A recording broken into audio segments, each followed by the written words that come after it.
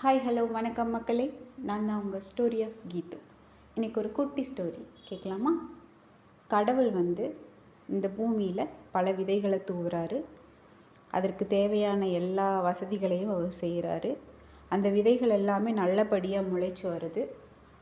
முளைச்சி நல்லபடியாக மரமாகி காய் தந்து கனி தருது.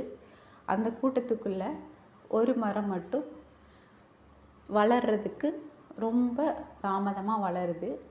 அதுக்கு என்ன காரணம்னு பார்த்திங்கன்னா, நம்ம இந்த மரம் மாதிரியே மற்ற மரங்கள் மாதிரியே காய் தந்து கனி தர முடியுமா அப்படின்ற ஒரு மனக்கவலையிலேயே இருந்து அது வாடி போகுது.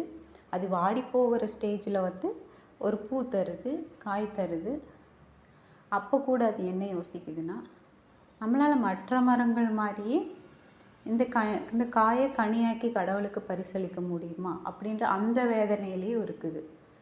இப்படி வேதனையிலேயே இருந்து அந்த மரம் என்ன ஆகுதுன்னா பட்டு போகுது. இதுக்கு யார் காரணம்? கடவுளா இல்லை அந்த மரமா? அந்த மரம்தான் காரணம். கடவுள் மற்ற மரங்களுக்கு என்ன செய்தாரோ அதைத்தான் அந்த மரத்துக்கும் செய்தார்.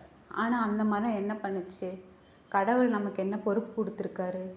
நம்ம நல்லா பார்த்து ஹாப்பியாக சந்தோஷமாக இருந்தால் தான் நம்மளும் செழித்து வளரலாம்.